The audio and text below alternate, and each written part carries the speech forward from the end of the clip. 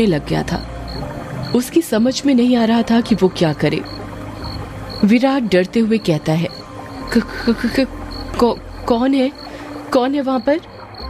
कोई जवाब नहीं आता है। सन्नाटा अभी भी छाया हुआ था। विराट अपने मोबाइल का टॉर्च उस काले साए पर मारने लग जाता है।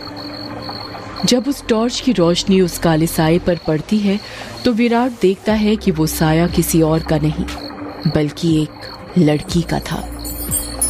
नदी के किनारे पर एक बहुत ही खूबसूरत लड़की खड़ी थी जिसकी उम्र करीब 24 साल और लंबाई 5 फीट 2 इंच थी। उसकी लंबी सी गर्दन, गुलाबी से होंठ, बाल खुले हुए जो उसकी कमर तक आते थे, उसका गोरा बदन और उसी गोरे बदन पर उसने काली साड़ी पहन रखी थी। वो लड़की किसी अप्सरा से कम नहीं लग रही थी। वो इतनी खूबसूरत थी कि कोई भी मर्द उसका रूप देखकर अपनी हदों को भूलकर उसकी बाहों में मदहोश होना चाहे। वो लड़की अपने हाथ से विराट को इशारा करते हुए अपने पास बुलाती है। उस लड़की को देखकर विराट भूल गया था कि यक्षिणी जैसी कोई चीज भी होती है। विराट अपनी साइकिल को वहीं पर छोड़ देता है और जल्दी जल्दी उस लड़की के पास जाने लग जाता है, जैसे उसके बदन में कोई आग लग गई हो। विराट उस लड़की के पास जाकर उससे धीरे से पूछता है, कौन हो तुम और यहाँ पर क्या कर रही हो? क्या नाम है तुम्हारा? लड़की अपने चेहरे पर मुस्कान लाते हुए कहती है, नाम में क्या रखा है? जो रखा है काम में रखा है। कैसा काम? लड़की विराट की आंखों में देखते हुए कहती है, वही काम जो तुम घर पर जाकर अपनी पत्नी के साथ करने वाले थे।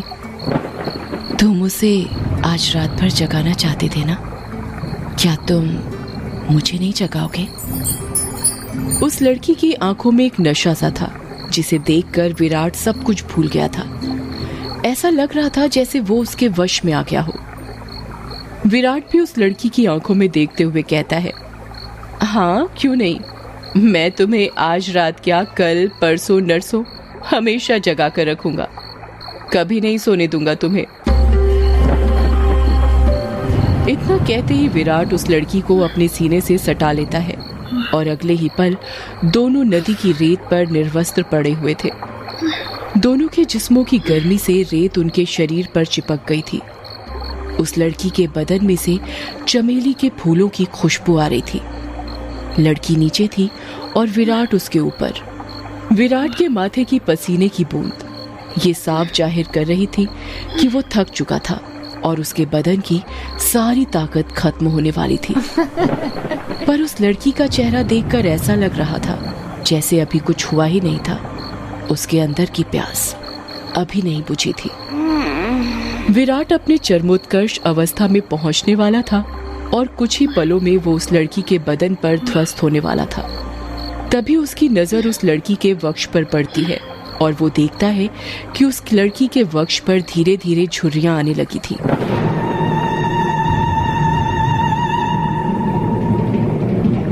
उसके हाथ पैरों की नसें बाहर निकलने लगी थी। उसके बाल काले से सफेद होने लगे थे। देखते ही देखते वो लड़की अचानक से बूढ़ी औरत में तब्दील हो जाती है। ये सब देखकर विराट की आंखें फटी की फटी रह गई थी। उसका गर्म बदन अचानक से ठंडा पड़ गया था। विराट कांपते हुए कहता है, कौन हो तुम? वो लड़की धीरे से कहती है, मैं यक्षिणी, तेरी मौत।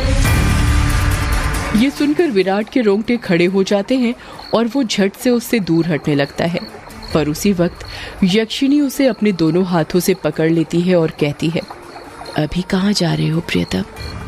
मेरी प्यास अभी बुझी नहीं है। तुम तो मुझे कल परसों नरसों हमेशा तक जगाना चाहते थे ना? क्या हुआ, थक गए या डर गए मेरा असली रूप देखकर? विराट उसका खौफनाक चेहरा देखकर इतना डर गया था कि कुछ नहीं बोल पा रहा था। उसको यक्षिणी की आंखों में खुद की मौत नजर आ रही थी। यक्षिणी गुस्से में कहती है, वासना की प्यास में तू ये भूल गया कमीने कि तेरी पत्नी वंदना तेरा घर पर इंतजार कर रही है और तू यहाँ पर मेरे साथ। तुम मर्द कभी एक स्त्री से प्यार कर ही नहीं सकते, तुम्हारी हवस कभी खत्म नहीं होने वाली। इतना कहकर यक्षिणी अपना हाथ विराट के सीने पर रख देती है। यक्षिणी के लंबे लंबे काले नाखून थे जो चाकू की तरह पहने थे। विराट डरते हुए कहता है, नहीं नहीं, ऐसा मत करो, जाने दो मुझे। जाने ही तो दे रही हूँ, भोली भेंटोला, भोली भेंटोला। इतना कहकर यक्षिणी अपना हाथ विराट के सीने के अंदर घुसा देती है और उसी वक्त जोर से काले बादल गरजने लगते हैं और बारिश होने लगती है। विराट के शरीर का खून नाखूनों के सहारे यक्षिणी के शरीर में जाने लगता है। जैसे जैसे खून यक्षिणी के शरीर के अंदर जा रहा था, वो वापस से जवान होती जा रही थी। यक्षिणी वापस से अपने पुराने रूप में आ गई थी और विराट का शरीर सूखकर सफेद पड़ गया था। उसके अंदर खून की एक बूंद तक नहीं थी, पर उसकी धड़कनें अभी भी चल रही थी। यक्षिणी अपना मुंह विराट के कान के पास ले जाती है और फुसफुसाते हुए कहती है, राम रो न राम रो, राम रो न राम रो। इतना कहकर यक्षिणी अपना खून से सना हाथ विराट के सीने से बाहर निकालने लग जाती है। जैसे ही यक्षिणी अपना हाथ विराट के सीने से बाहर निकालती है, विराट अपना दम तोड़ देता है, क्योंकि यक्षिणी के हाथ में विराट का दिल था जो सिकुड़ चुका था। अगले ही पल यक्षिणी विराट का दिल लेकर गायब हो जाती है, ठीक उस तरह जिस तरह बारिश की बूंदें होती हैं।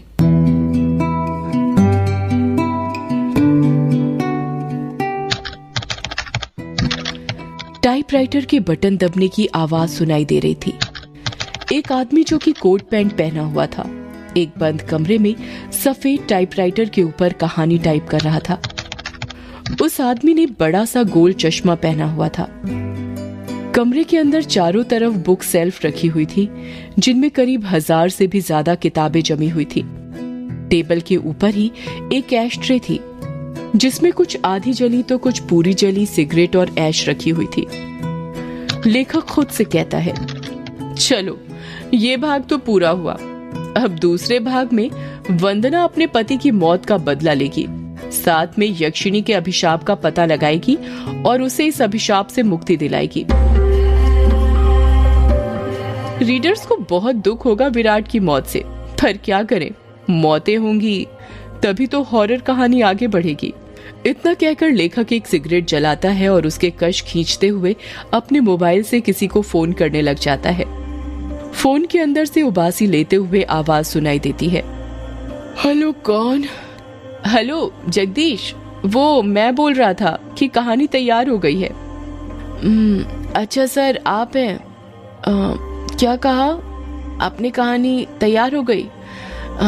ये तो बहुत अच्छी बात है सर, पर बुरा मत मानिएगा सर, ये बात आप मुझे सुबह भी बता सकते थे, इतनी रात में कॉल करने की क्या जरूरत थी? लेखक सिगरेट का कश खींचते हुए कहता है, क्या कहा इतनी रात में? आखिर अभी वक्त ही क्या हुआ है? बस। लेखक ने इतना ही कहा था कि तभी उसकी नजर उसके हाथ की पुरानी सी वॉच पर पड़ती है और वो देखता है कि रात के 3:05 हो रहे थे। लेखक अपनी गलती महसूस करते हुए कहता है, अरे 3 बज गए, इतनी रात हो गई, मुझे तो पता ही नहीं चला, मुझे तो लगा अभी 9-10 बज रहे होंगे। कोई बात नहीं सर, मैं समझ सकता हूँ, आप इतनी लगन के साथ कहानी लिखते हैं कि आपको वक्त का एहसास ही नहीं होता। हाँ ये तो है, देखना जब ये किताब आएगी तो लोगों के रोंगटे खड़े हो जाएंगे। रात रात भर जाग कर ये कहानी लिखी है मैंने। वो तो होनी ही है सर, आखिर आपकी कहानी में जान होती है, इतनी जान कि सोए हुए मुर्दों को भी जगा दे और उनको भी कहानी सुनने के लिए मजबूर कर दे। वैसे अभी जो कहानी आपने लिखी उसका नाम क्या है? इस कहानी का नाम है यक्षिणी एक डायन। मोबाइल के अंदर से हैरानी के साथ आवाज सुनाई देती है, क्या कहा सर? यक्षिणी? हाँ यक्षिणी, क्या हुआ, तुम इतने शॉक्ड क्यों हो रहे हो? सर मैंने सुना है ये जो यक्षिणी है ये आपके गांव के पास जो किश्नोई नदी है वहां पर घुमा करती है और मर्दों के साथ वो सब, यानी वही सब करके उन्हें मार देती है।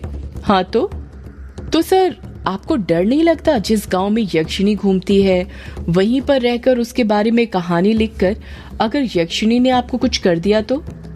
जगदीश, यक्षिणी इतनी बुरी नहीं होती जितना गांव के लोग और तुम सब समझते हो। मतलब ये कि यक्षिणियां बहुत अच्छी होती हैं, इतनी अच्छी कि दूसरों की खुशी के लिए अपना सब कुछ कुर्बान करने के लिए तैयार हो जाएं। पर कभी कभी जिंदगी में कुछ ऐसी घटना घटती है कि आपकी पूरी जिंदगी बदल जाती है। कैसी घटना सर? मैं कुछ समझा नहीं। पौराणिक मान्यताओं के अनुसार हमारे ब्रह्मांड में अनेक लोक हैं जिसमें देवी देवताओं, सुर असुर, राक्षसों का वास होता है। इन सभी लोकों की दूरी पृथ्वी से अलग अलग है। कहा जाता है कि इन सभी लोकों में विष्णु लोक सबसे ऊपर है और सबसे निचला लोक यक्ष, यक्षिणियों और अप्सराओं का है जो पृथ्वी से सबसे नजदीक हैं। जो लोग पृथ्वी के सबसे नजदीक हैं उस लोक के देवी देवताओं की पूजा करने से वो देवी देवता जल्दी प्रसन्न होते हैं। जगदीश बीच में ही बोल पड़ता है, ऐसा क्यों सर? उस लोक के देवी देवता इतनी जल्दी प्रसन्न क्यों होते हैं? क्योंकि लगातार ठीक दिशा और समय पर किसी मंत्र की साधना करने से उन देवी देवताओं तक तरंगे जल्दी पहुंचती हैं। यक्ष यक्षिणियों के लोक में से ही एक यक्षिणी द्वापर युग के अंत में पृथ्वी पर आई थी जिसको एक अभिशाप मिला था, एक ऐसा अभिशाप जिसने उसकी जिंदगी बदल दी थी। कैसा अभिशाप सर? आप किस अभिशाप की बात कर रहे हैं और उसे ये अभिशाप किसने दिया था?